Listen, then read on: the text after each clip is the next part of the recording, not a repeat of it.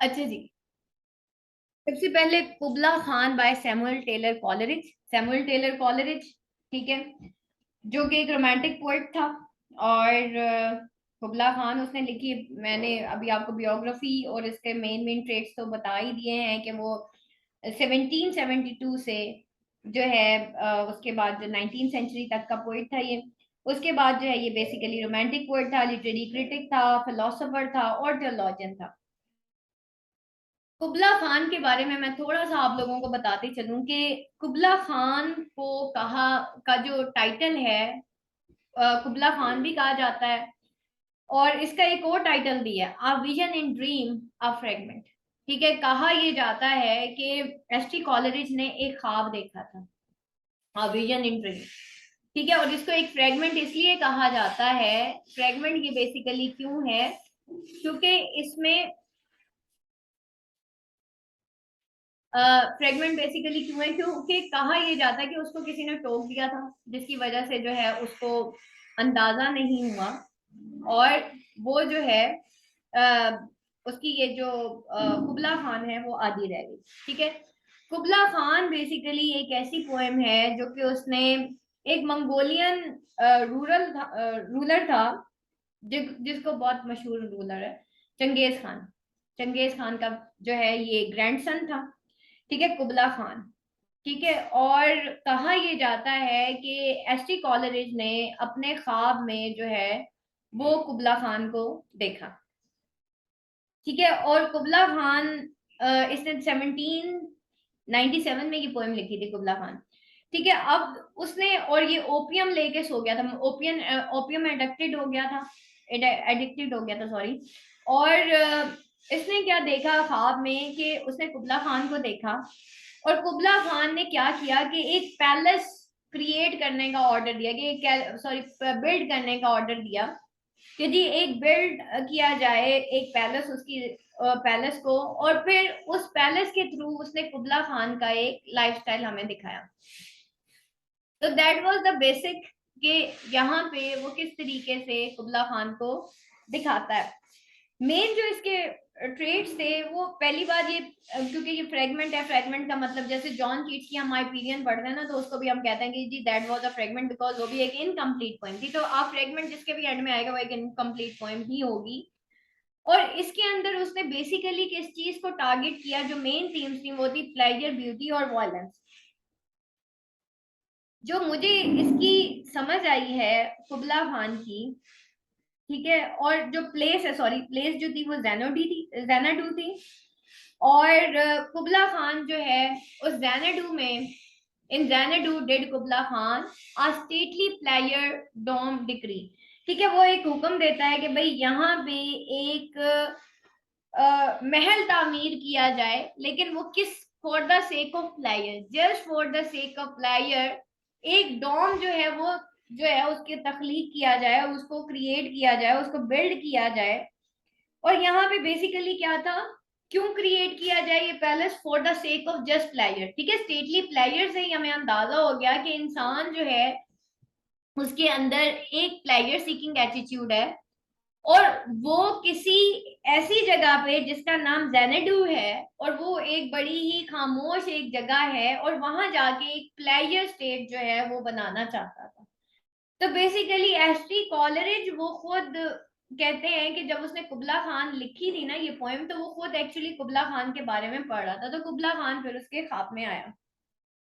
तो यहाँ पे अगर हम इसके टेक्स्ट को पढ़े थोड़ा सा, तो in Xanadu did Kubla Khan a stately pleasure dome decree. ठीक है, वो जो है हुक्म देता है कि भाई एक स्टेटली प्लाइयो डोम डिक्री एक बिल्ड किया जाए एक महल को, where Alph the sacred river ran, जहाँ पे एल जो कि एक सेक्रेड रिवर है, ठीक है, वो जो है बहता है। और थ्रू द केवर्न्स, केवर्न्स गारों को, मैयर लेस टू मैन, ऐसी वो गारों से गुजरता है वो रिवर जो है, जहां पे केवर्स मैयर लस्ट मैन, ऐसी गारें जो कि इंसान ने कभी देखी ना हो, डाउन टू सनलेस सी, जहां पे डाउन टू सनलेस सी यानी कि ऐसी गारें जहां पे ना तो इंसान पहुंच सकता है ना सूरज की जो है शुआएं पहुंच सकती है, डाउन टू अ सनलेस सी। ठीक है, और वो कहाँ तक जाती हैं, एक सनलेस सी तक जाती हैं, यानी कि एक रिवर बहते हुए कहाँ तक जाएगा, एक ओशन में जाके गिरेगा। और इस पोएम का जब हम क्लाइमेक्स देखेंगे ना, तो हम देखेंगे कि वो किस तरह के ओशन में जाके गिरता है। तो ये आपका एक इंट्रो है कि जी एक महल है, उसको तामीर करना है, ज़ैनाडू में तामीर करना है, for the sake of pleasure तामीर करना है, लेकिन वो जाके कहाँ गिरेगा, सनलेस सी में। तो हियर इज बेसिकली, और फिर एट द एंड वो आपको एक ट्रुथ बताएगा कि इसका फायदा क्या है भाई। ठीक है, ऑल दो वो बताएगा, रादर इट इज द, ये जो स्टेटस के पीछे हम भागते हैं या हम चाहते हैं कि हमारी जिंदगी में एक बहुत बड़ा महल तामीर हो जाए, तो क्या वाकई वो हमें एक फायदा दे पाएगा, या फिर वो कोई एक डेंजरस जगह है, या वो हमारी कोई डेंजरस इमेजिनेशन है, या वो हमारी वो ख्वाहिशात है शायद वो जो कभी पूरी नहीं हो सकती। ठीक है, so twice 5 miles of fertile ground with balls and flowers were girt round।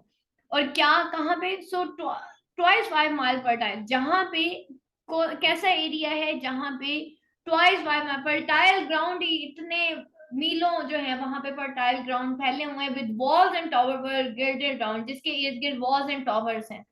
And there were gardens bright with sinuous rills, और वहां पे क्या है, गार्डन ब्राइट है सीनियर रिल्स रिल्स के साथ, एंड छोटी छोटी दीवारें, where blossom many an incense bearing tree, और जहां पे blossom करते हैं बहुत से incense bearing tree। ठीक है, यानी कि incense bearing खुशबू से बहे हुए दरख्त जो हैं वो ब्लॉसम करते हैं। एंड इंसेंस क्यों, इंसेंस बेयरिंग क्यों कहा यहाँ पे कहा जा रहा है, यानी कि वो फीलिंग्स जो कि शायद इंसान बेयर नहीं कर सकते, वो इमोशंस वो फीलिंग्स उन दरख्तों के अंदर हैं, इसलिए वो ब्लॉसम कर रहे हैं, इसलिए वो हैप्पीनेस बिखेर रहे हैं, क्योंकि वो इंसेंस बेयरिंग ट्रीज है।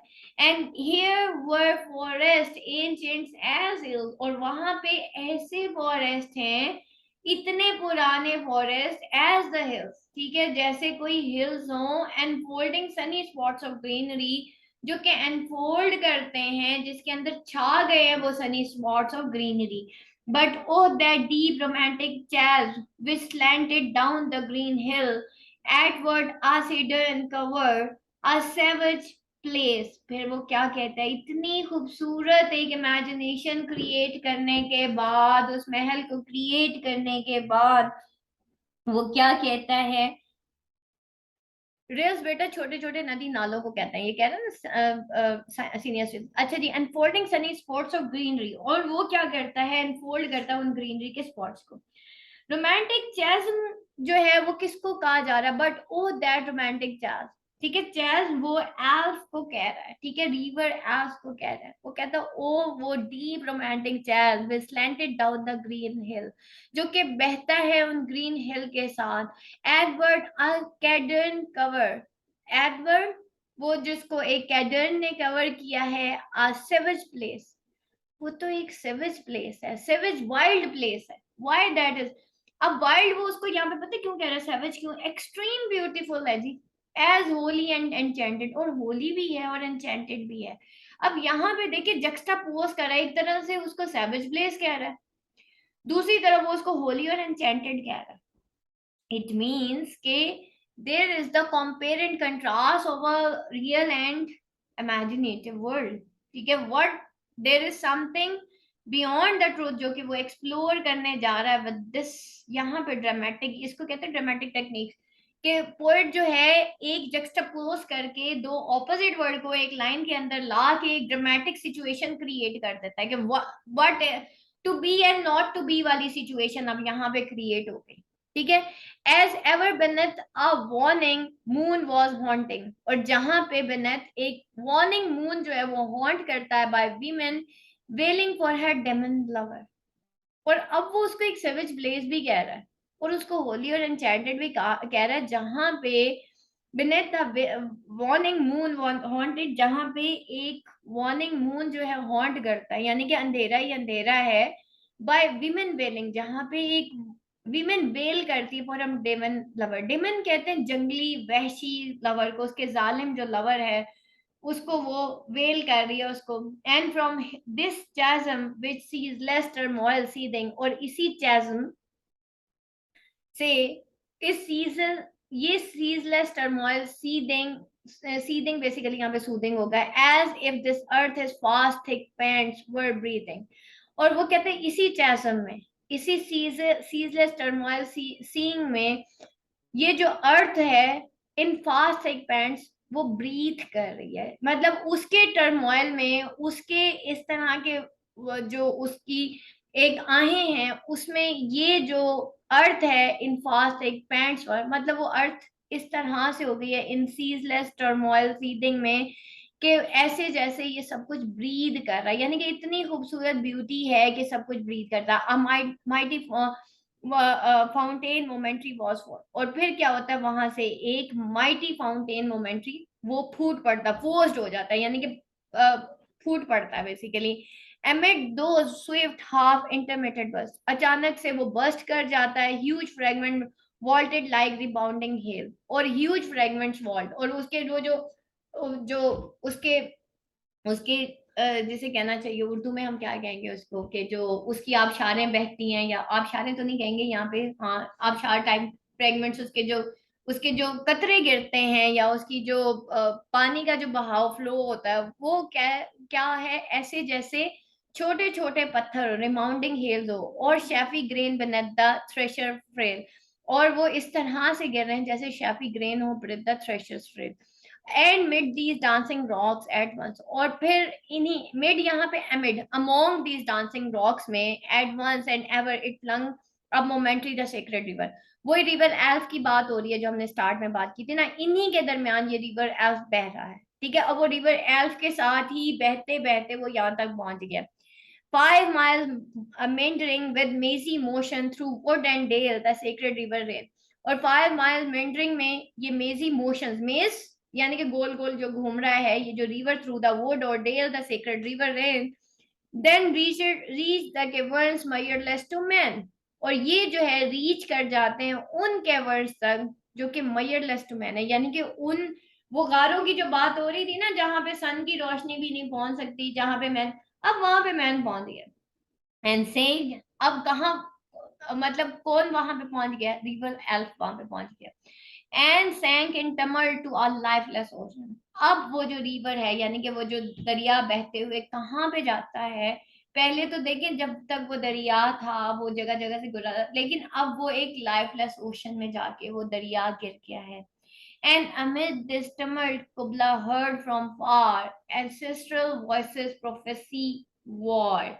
अब क्या हुआ, जब वो ओशन में जाके वो दरिया गिरा तो वहां पे खामोशी हो गई, और वहां पहुंचने के बाद जो है amid this tumult कुबला Khan heard from far, वहां तक जब कुबला खान पहुंचता है तो उसको एंसेस्टर से एक आवाज आती है, एक प्रोफेसी आती है अबाउट द वॉर, यानी कि अगर तुम बुलंदियों को छू लोगे, तुम्हारे पास वेल्थ आ जाएगी, तो तुम तो वॉर में पड़ जाओगे।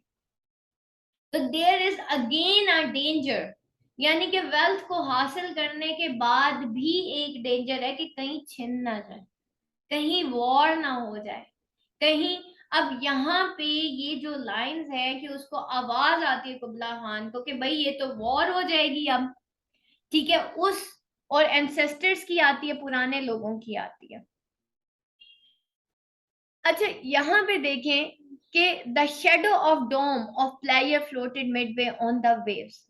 अब ये एंसेस्टर्स की बात पीछे रह गई, अब क्या होता है, वो जो शेडो ऑफ डूम, डोम वो महल की बात हो रही है, ठीक है, डोम ऑफ प्लेयर, वो जो वो महल बनाता है ना, डोम ऑफ प्लेयर, वो फ्लोट करता है midway on the waves, waves के ऊपर वो फ्लोट करता है। Where was heard the mingled measure from the fountain and cave, जहां पे मिंगल्ड मयर जो है, फाउंटेन और केव जो है वो सुनाई दिए जाते हैं, ठीक है।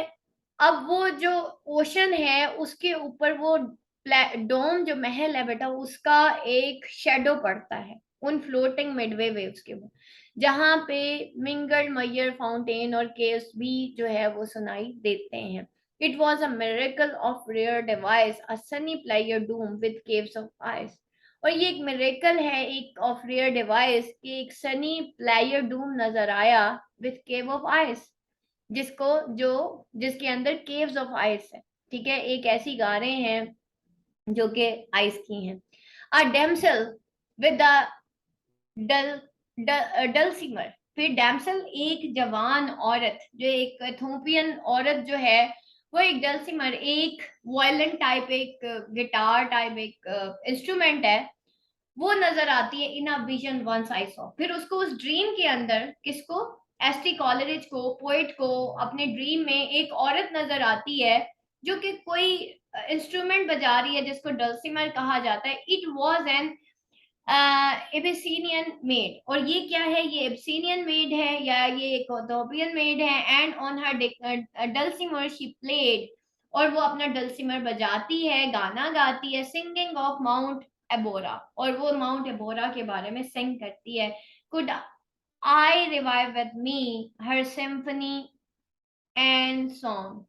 और could I revive with me, और वो कहते हैं कि उस, जब वो प्ले करती है ना वो सॉन्ग, तो शायद मैं दोबारा से रिवाइव होता हूँ। कुड आई रिवाइव विद मी, क्या मैं दोबारा से रिवाइव हो सकता हूँ अपने आप के अंदर। Her symphony and song, due to her symphony and song, उसके जो टोन है, उसकी जो, वो कहता है मुझे वो समझ तो नहीं आ रहा होता, वो जो एथोपियन में गाना गाती है मुझे समझ तो नहीं आता, लेकिन उसकी जो लिरिक्स हैं और उसका जो सॉन्ग है, क्या वो मुझे रिवाइव कर सकता है। To such a deep delight to eyes twine me, और उसका वो जो डीप डिलाइट है, इट वुड, ठीक है, टी वुड लिखा है ना, इसको इट वुड पढ़ेंगे, इट वुड विद मी, वो मुझे जीत गया। That with music loud and long, यानी कि अब वो कह रहे हैं कि मुझे वो महल तो नहीं जीता, ठीक है, जिसमें से वो एंसेस्टर्स की तरफ से एक वॉर, एक टेरर की साउंड आ रही थी, लेकिन मुझे जो है ना वो शैडोज जीत सके, मुझे जिस चीज ने डिलाइट दिया वो उस औरत का एक गाना था, ठीक है, जो कि शायद मुझे जीत गया, ठीक है, it win me. That this music loud and loud, I would build that doom in air। या तब वो मुझे ऐसे जीत गया, वो ऐसे मेरे दिल पे नक्श हो गया कि मेरा दिल चाहता है कि मैं ये गाना जो है, इसका जो महल है वो हवा में बना दूं। यानी कि वो कहता है कि अगर तू दरिया के किनारे होगा, एक बादशाह का महल होगा, तो वहां तक तो कोई भी नहीं पहुंच सकेगा, लेकिन मैं अगर हवा में वो महल क्रिएट कर दूं तो तमाम दुनिया को मेरा मैसेज जा सकता है। So I would build that dome in air, that sunny dome whose caves of ice, वो sunny domes जिसकी caves जो हैं ice की हैं, and all who heard should see them there, and all should cry beware beware। और मतलब जब वो मैं वो सनी डोम बनाऊं, ठीक है, डोम बनाऊं आसमान के ऊपर, तो वो जो केव्स ऑफ आइस हैं, all who heard should see them there, तो तमाम लोग मेरी वो आवाज सुन सकेंगे, हर इंसान जो है मेरा वो मैसेज देख सकेगा जो मैंने हवा में एक महल तामीर करके दे, एंड ऑल शुड क्राई। और फिर उस महल को देखने के बाद सब ये कहेंगे beware beware, his flashing eyes, his floating hair. और वो महल देखते हुए वो क्या कहेंगे लोग कि हिज फ्लैशिंग आईज, उसकी फ्लैशिंग आईज देखो, उसके फ्लोटिंग हेयर देखो। Wave a circle around him thrice, जो कि उसके इर्द गिर्द एक सर्कल कर लेंगे, and close your eyes with Holi dread, और वो होली ड्रेड के साथ अपनी आंखें शायद बंद कर लेंगे। And close your eyes with holy dreads, for he on honey dew had fed। क्योंकि वो हनी ड्यू एक ऐसी खुराक जो कि गॉड शायद जो है फेड करता है। And drunk the milk of paradise, शायद इसने वो ड्रंक कर लिया है मिल्क ऑफ पैराडाइज, तो क्योंकि ये अब सच बोल रहा है तो इससे शायद बच जाओ, और जो है अपनी आंखें बंद कर लो विद होली ड्रेड, क्योंकि इसको वो मिल गया है जो कि गॉड्स को मिलता है। तो एक्चुअली यहाँ पे दिखाया ये जा रहा है कि जो इंसान सच बोलता है लोग उसकी तरफ आंखें बंद कर लेते हैं, और वो कहता है कि ये मैं जो मैसेज है अपना आसमानों पे लिखूंगा। अब यहाँ पे देखते हैं कि कुबला खान की अगर इस पोएम को हम क्रिटिकल एनालिसिस करें तो क्या है। बेसिकली ही स्मोक्स ओपियम, ठीक है, सबसे पहले तो वो ओपियम का आदी था। He enters a place that super beautiful, the place is amazing, but at the same time evil look for dichotomy, he can feel I living him। You see, feeling it leaving him at the end, he wants people not to look at because it is so beautiful. इतनी खूबसूरत कि वो कहता है कि लोग ना देखें. Kubla has a place that's so amazing that it brings pain, and pain from not being to be there forever. Pain of knowing it's out of there when he can't be there. Pain of not wanting to share it. It's like anything we love and covet. Nothing brings beauty without bringing pain within it.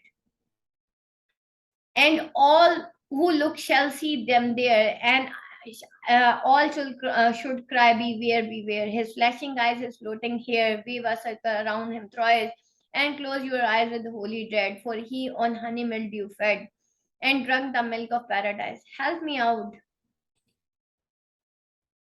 अच्छा जी, next Dickson में हम देखते हैं कि क्या है poetic Dickson, poetic formula. ठीक है, डिक्शन आपको पता है क्या किसे कहते हैं? पोएटिक डिक्शन होती है ना.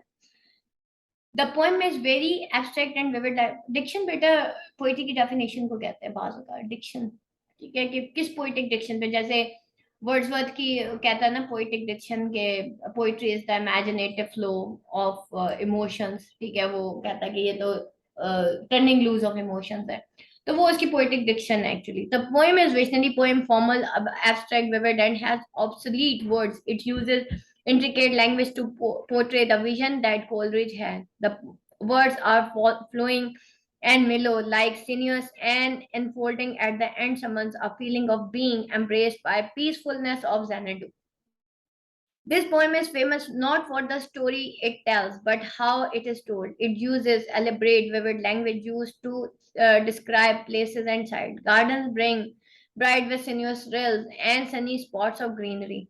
This poem was written while Samuel Taylor was high on opium. So, in the poem, he presents us with words full of image-rich metaphor for the joyous pain and temptation that drives someone to use opium.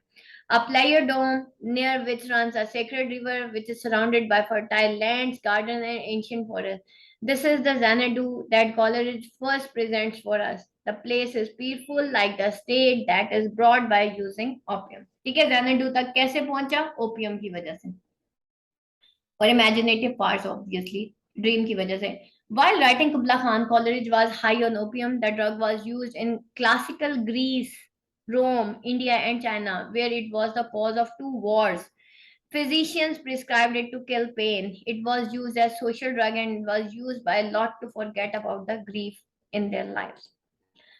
Tone and mood देख लेते हैं. Picture how the utopia described might look. ये जनाब एक picture, utopia आपको पता ideal land को कहते हैं.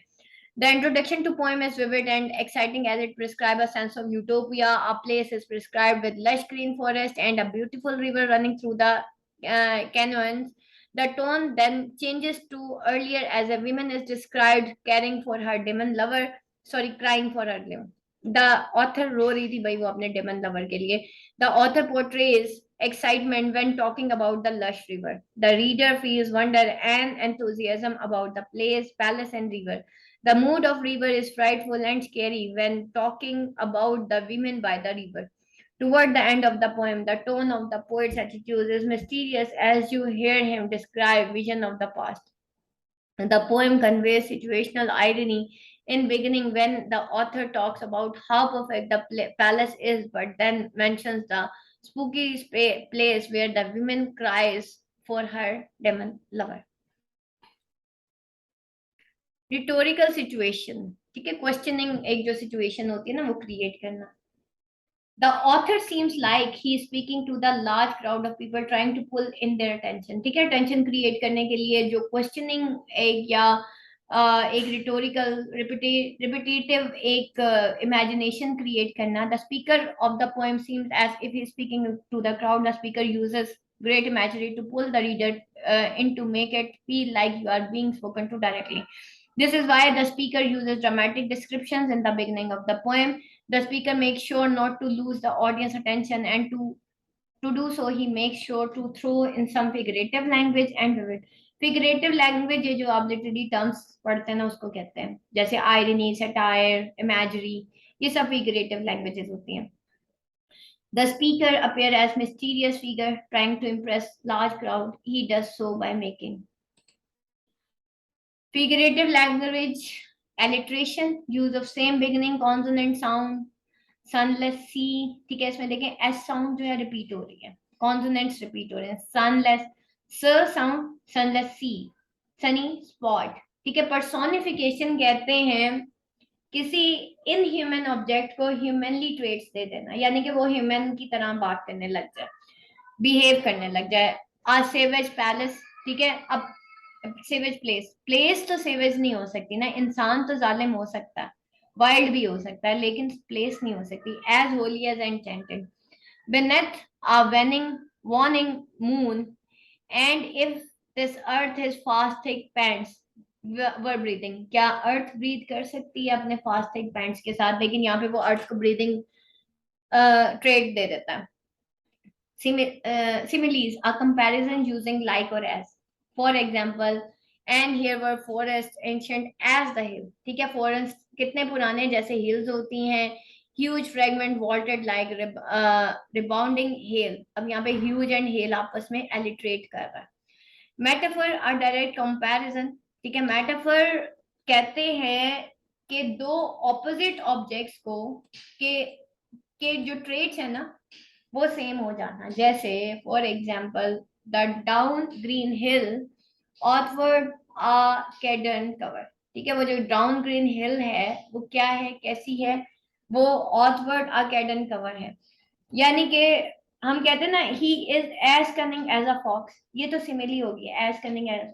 अगर हम उसे ये कहेंगे ही इज अ फॉक्स तो हमें फौरन ही समझ आ जाएगा कि वो इतना कनिंग है जितना कहेगा। तो हम डायरेक्ट एक ह्यूमन को कोई ट्रेड दे दें, उसको एक नाम दे दें उसको, यानी कि दो ऑपोजिट ऑब्जेक्ट के ट्रेड सेम करके हम कहते हैं ना चांद जमीन पे उतर आया, तो चांद तो जमीन पे नहीं उतर आया, लेकिन हम क्या, एक खूबसूरत लड़की को चांद कह रहे हैं, तो हम that is basically metaphorical description of a beautiful lady, ठीक है, इसको कहते हैं।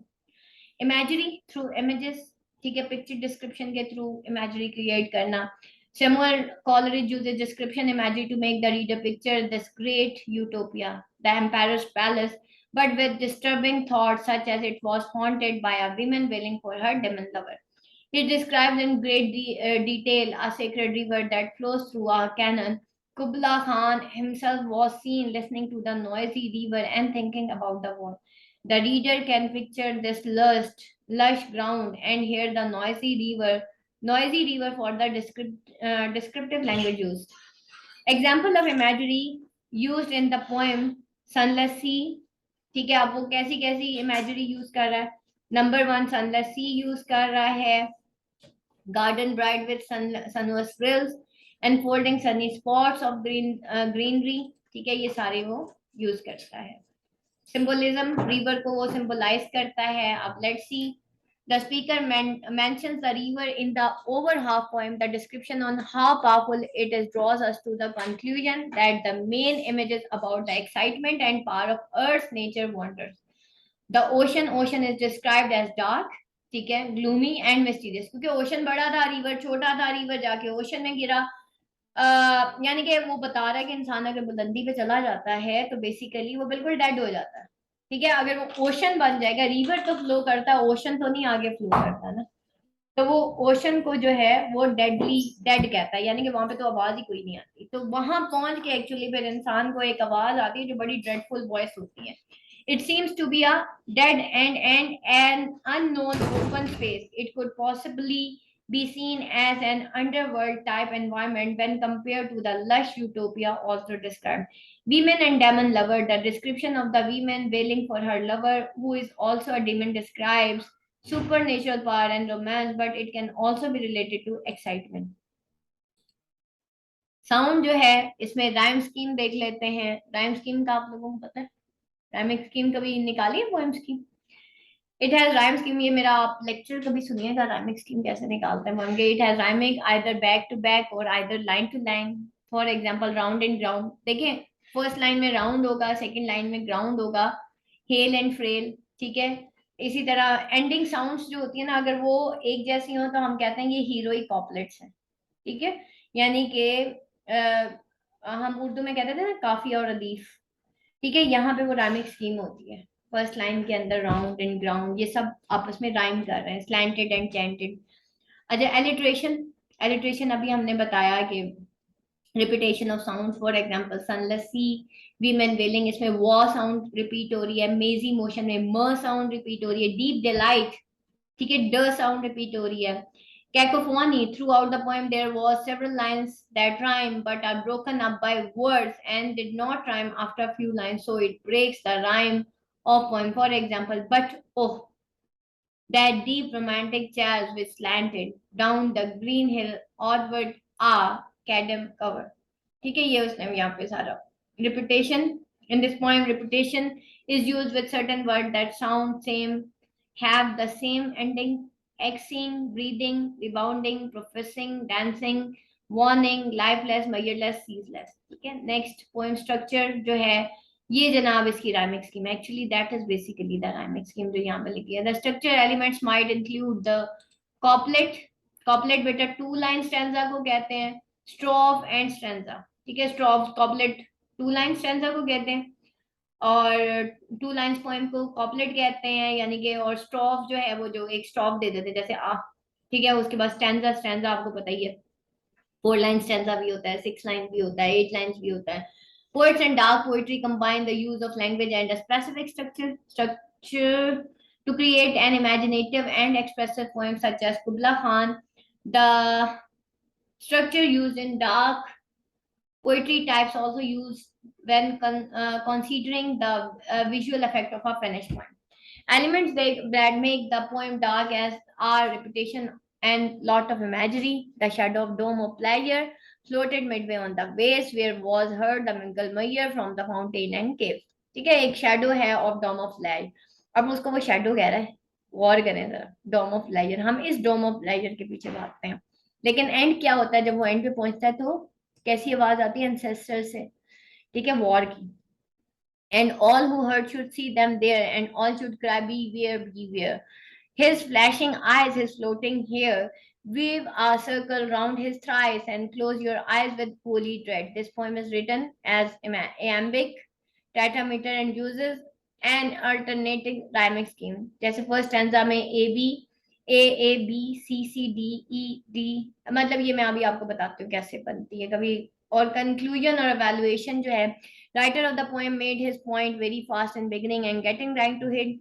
He started out real dramatic in his description. He repeated himself plenty of times for the dramatic effect, as if he were telling a story to a crowd or preaching to an audience. He never let his energy drop through the poem. The fact that most of poem rhymed and parts of it did not make the flow off, so it matched with his mood and the dark them of poem elements author used the most were repetition and imagery. These elements were affected because of it makes a more vivid vision of the reader.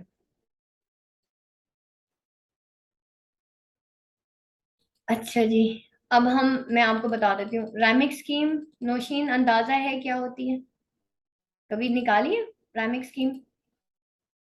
देखें जी, ये यहाँ पे देखें, ये राइमिक scheme में हमेशा ending sounds जो है ना, उसको एंडिंग वर्ड्स जो होते हैं इनको हम एंडिंग साउंड्स भी कहते हैं, इसको हम अंडरलाइन कर लेते हैं, ठीक है, इसको अंडरलाइन किया जाता है। फॉर एग्जांपल मैं यहाँ पे इसको खान को अंडरलाइन कर देती हूँ,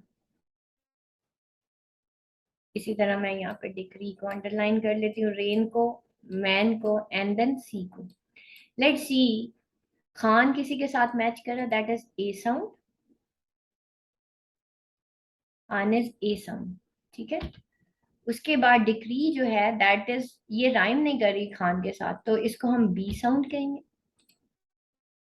अच्छा, खान और रैन ये दोनों आन, दोनों आपस में मैच कर रहे हैं, इसको हम फिर ए कहेंगे। रैन और मैन ये भी जो है राइम कर रहा है, और सी जो है वो डिक्री के साथ, ये जो बी साउंड हमने कही थी, तो ये अब बी साउंड है, ठीक है। तो हर वो साउंड जो पिछली साउंड के साथ मिल रही है, तो इसकी जो राइमिंग स्कीम है वो है ए बी ए बी, ठीक है। ये जो स्टैंजा है 1 2 3 4 5 लाइंस का है, इसकी जो राइमिंग स्कीम है वो ये है ए बी, ठीक है। तो इसी तरीके से अब बाकी सबकी भी देखें, यहाँ पे स्टैंजा पैटर्न सेम है, नीचे जाके स्टैंजा पैटर्न डिफरेंट हो गया, तो इसको राइमिंग स्कीम कहते हैं। अब अगर तो यहाँ पे देखें ये ग्राउंड है ना और राउंड है।